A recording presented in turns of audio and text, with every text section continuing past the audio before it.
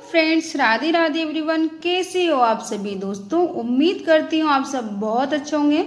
दोस्तों, आज की इस वीडियो में हम आपके लिए सावन सोमवार की एक बहुत ही अच्छी कहानी लेकर आए हैं। भोलेनाथ और एक बूढ़ी माँ की कहानी है। आइए शुरू करते हैं। एक समय की बात है, किसी गांव में एक बूढ़ी माँ अपने परिवार के साथ रहती थी। वो आंखों से अंधी थी, लेकिन भोलेनाथ की परम भक्त थी।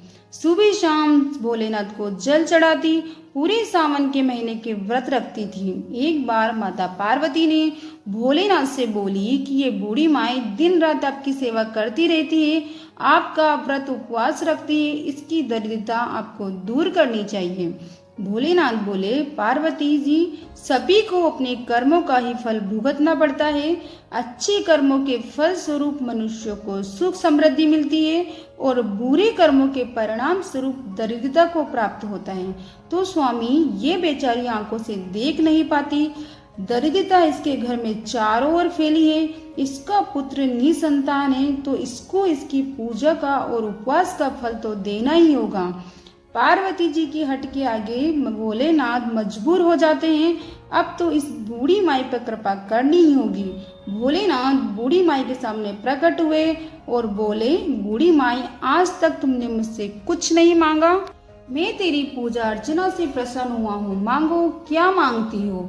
हे प्रभु, आप मेरी पूजा से प्रसन्न हुए, इसके अलावा मुझे कुछ नहीं चाहिए। तो भोलेनाथ बोलते हैं कि अब मैं आया हूँ तो मैं तुम्हें कोई ना कोई वरदान तो अवश्य ही देकर जाऊंगा। प्रभु, मैं क्या वरदान मांगू? मुझे तो कुछ मांगना ही नहीं आता है ठीक से। तो भोलेनाथ बोलते हैं, तुम अपने घर पर जाकर बात कर लेना, फिर मैं कल आऊंगा, तब तुम मुझसे वरदान मांग लेना। ऐसा कहकर भोलेनाथ अंतर ध्यान हो गए। बूढ़ी माई ने अपने परिवार वालों को घर आकर सारी बात बताई कि कल भोलेनाथ फिर आएंगे तो मैं उनसे क्या वर मांगूंगी। तो उसका पति बोलता है कि तुम अपने लिए आंखें मांग लो। तभी उसका बेटा बोलता है, नहीं नहीं माँ, ऐसा करो, खूब सारा धन दौलत मांग लो। फिर बहू बोलती है, नहीं माँ जी, आप तो अपने लिए एक पोता मांग लो। परिवार के सभी लोगों की बात सुनकर बूढ़ी माई सोच में पड़ गई। सारी रात सोचती रही कि कल भोलेनाथ से मैं क्या मांगूंगी। अगले दिन सुबह सुबह बूढ़ी माई पूजा करने बैठी तो भोलेनाथ उसके सामने प्रकट हुए और बोले, क्यों बूढ़ी माई, सोच लिया क्या वर चाहिए? मांगो मांगो, तुम्हें क्या मांगती हो? प्रभु, मैं क्या वर मांगू? आप मेरी भक्ति से प्रसन्न हैं। मैं इस बात से बहुत प्रसन्न हूँ, फिर भी अगर आप कहते हैं तो मैं एक वर मांगती हूँ।